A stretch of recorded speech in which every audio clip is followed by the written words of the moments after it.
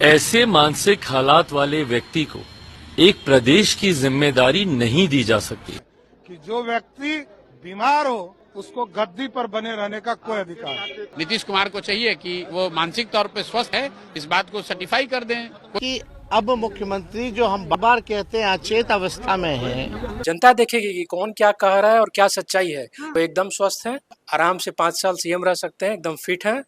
नीतीश कुमार के इस्तीफे की खबर तेज हो चुकी है।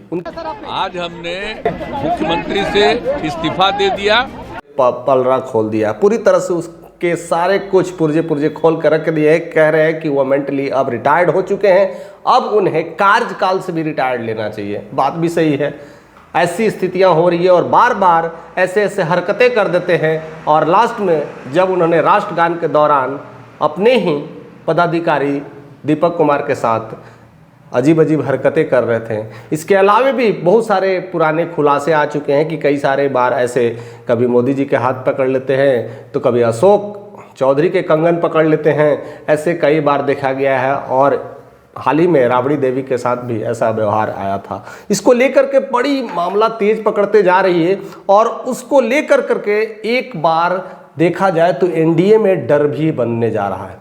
अब एनडीए में डर इस बात का बन रहा है कि यहाँ पर अगर नीतीश कुमार को मुख्यमंत्री से हटा दें तो फिर लाएं किसे क्योंकि अभी भी 6 महीने का वक्त है और इस 6 महीने में अगर इन्हें पूर्ण विराम दे तो क्या राजनीति में हलचल कैसी बढ़ेगी, किस तरह से भागदौड़ होगा और कहां पर कौन किन ठिकाने लगाएगा।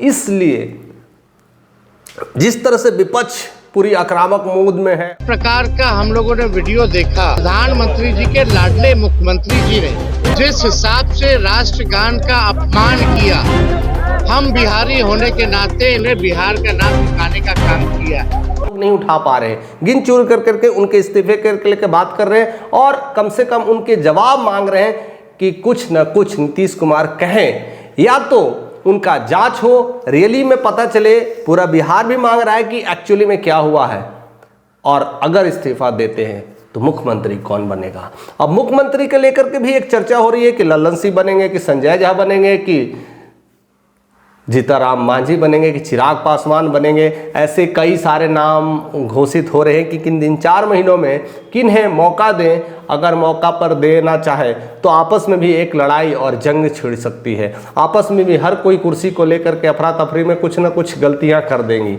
इसको लेकर के या तो राष्ट्रपति शासन की जा सकती है, अगर पद देना है तो किसे दे। अब मोदी भक्त हनुमान क्या चिराग को देंगे, ऐसा हो सकता है कि नहीं हो सकता है, इसके भी अटकलें लग रही है। क्योंकि अभी वो ही एक है जो मेंटेन किए हुए हैं अपनी पर्सनालिटी को, बिहार में मेंटेन किए हुए, एक यूथ में मेंटेन किए हुए। तो शायद 4-5 महीने को समझने का मौका भी मिल जाएगा कि राज्यकाल कैसे संभाला जाता है, राज्यकाल को लेकर के क्या क्या दिक्कतें आती है। क्योंकि आने वाले भावी मुख्यमंत्री तो वो हैं ही, अगर एनडीए में ऐसे ही कायनात रहे और उनका इस तरह से रवैया रहा तो आने वाला समय भविष्य उन्हीं का है। लेकिन अब भविष्य की बात तो हम नहीं करते हैं, हमें तो प्रेजेंट देखना है कि प्रेजेंट में इस सिनेरियो में अभी किन्हें मौका दिया जाए। जीतनराम मांझी को तो देंगे नहीं, उपेंद्र कुशवाहा को देंगे नहीं। अगर दलित में किसी को देंगे तो चिराग पासवान ही देंगे, नहीं तो लल्लन सिंह और संजय झा। ऐसे कई सारे नेतागण हैं, या 2 सीएम हैं, जो 2 डिप्टी सीएम है वो डिप्टी सीएम को एक को सीएम में कन्वर्ट कर दे, या विजय सिन्हा को कर सकते हैं या सम्राट चौधरी को, इसी 1-2 में से अपग्रेड कर सकते हैं। क्योंकि मामला दोनों डिप्टी सीएम है, एक को अपग्रेड कर करके उनको सीएम पद के लिए कुछ दिन तक दे दिया जाए और मामला को ऐसे ही रखा जाए। लेकिन दूसरा पहलू भी है, अगर नीतीश कुमार को पद खलित कर दिया जाए तो जेडीयू के सारे कार्यकर्ता ढीले पड़ जाएंगे और जेडीयू में भी अपने में ही तानाशाही होने लगेगा या टूट फूट होने लगेगी, या उनके नेतागण या तो आरजेडी में चले जाएंगे या तो बीजेपी में समाहित हो जाएंगे। यानी जेडीयू का पूरी तरह से खत्म होने वाला है। अब इसको लेकर के नीतीश भी कभी नहीं चाहेंगे कि ऐसी चीज़ें हो, और उनके भी बहुत सारे पार्टीगण में भी लोग हैं नहीं चाहेंगे कि ऐसा टूट फूट हो। तो हो सकता है कि एज ए राजनीति के तौर पर नीतीश कुमार ही अपने उत्तराधिकारी निशांत कुमार को बैठा दे कुर्सी पे कुछ 4-5 महीने के लिए, ये भी हो सकता है। यानी बहुत सारे चीज़ें दाल चल रही है, दाल गल रही है। और बीजेपी वाले लोगों से पूछ रहे हैं, आरजेडी को तो छोड़िए, आरजेडी तो डायरेक्ट इस्तीफे की बात कर रहे हैं, बट बीजेपी के जितने लोग हैं, एनडीए के जितने लोग हैं, उनमें से लोग पूछ रहे हैं कि बिहार दिवस में आप बताइए कैसी स्थितियां बन रही है, आप क्या सोचते हैं कि उनके इस्तीफे को लेकर के क्या है। बट कोई भी डायरेक्टली और इनडायरेक्टली नहीं बता रहे हैं, उस बात को बात ही नहीं कर रहे, उस बात से चुप्पी साध रहे हैं, या तो वो निकल जा रहे हैं या तो जवाब किसी और चीज़ का दे रहे हैं। कहते हैं बिहार में सब कुशल है, प्रगति पे काम चल रहा है और बिहार कि इस दिवस में सबको बधाई हो। बस ऐसी ही बातें कर करके या तो निकल जा रहे हैं और हम लोग बड़ी काम कर रहे हैं, कल्याण की बात कर रहे हैं, और किसी तरह से वह टालने की बात की जा रही है। हालांकि चिराग पासवान भी बहुत बार एक्टिव नजर आते हैं, लेकिन इस मुद्दे पर भी चिराग पासवान का अभी भी एक्टिवनेस नहीं दिखा है। हो सकता है वो भी एक्टिव होकर के कुछ ना कुछ बोलेंगे, फ्लाई में भी कुछ वक्त लग जाए, लेकिन वो सारे मुद्दा आने लगेंगे, क्योंकि बिहार में यही सब क्रांतिकारी लोग हैं। जीतनराम मांझी का भी बयान आ सकता है, उपेंद्र कुशवाहा का भी आ सकता है, लेकिन अभी सारे लोग तमाम मीडिया से दूर है, या मीडिया नहीं पहुंच पा रही है, या मीडिया में भी लगता है कि झोलमोल हो चुका है।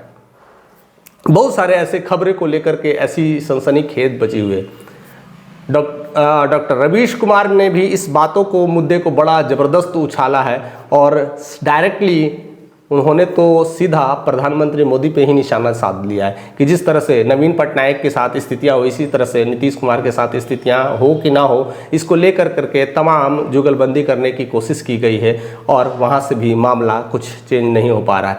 मिस गिन चुन करके 3-4 यूट्यूबर्स हैं, सोशल मीडिया इन्फ्लुएंसर हो सकते हैं, या कुछ न्यूज़ चैनल है जिस मुद्दे पर उठा रहे हैं, बाकी सारे न्यूज़ अभी शांत हैं, और बिहार में इस मुद्दे को दबाने की कोशिश की जा रही है। क्या यही राष्ट्रगान है? क्या यह राष्ट्रगान के नाम पे अपमान नहीं था? या बिहार में ये सब चलता है ऐसा मान लिया जाए? या बिहार में किस मुद्दे को लेकर के देश में क्या प्रभाव पड़ रहा है, इस पर भी नज़रअंदाज कर दिया जाए? अगर यही गलती अगर कोई और कैंडिडेट अगर विपक्ष के किए होते तो उनकी लगाम लग जाती, यानी कस के झड़ी लगने वाली थी, और वो बेचारा रोकते बिलकते क्या क्या नहीं करते, यानी बहुत सारे उनकी खुदाई हो जाती। लेकिन नीतीश कुमार अभी भी बचे हुए हैं। क्या हो सकता है, क्या नहीं हो सकता है? और मुख्यमंत्री इनको अगर रिप्लेस करे तो इस 4-5 महीने में मुख्यमंत्री अगर बन सकता है तो कौन मुख्यमंत्री हो सकता है? और नीतीश कुमार अपने उत्तराधिकारी को खड़ा कर सकते हैं, या तो फिर राष्ट्रपति शासन लागू होने वाला है। सब कुछ अब कुछ ही घंटों में या कुछ ही पल में, या कह सकते 1-2 दिन में क्लियर हो जाएगा, या नीतीश कुमार खुद आकर के कुछ ऐसा स्टेटमेंट देंगे।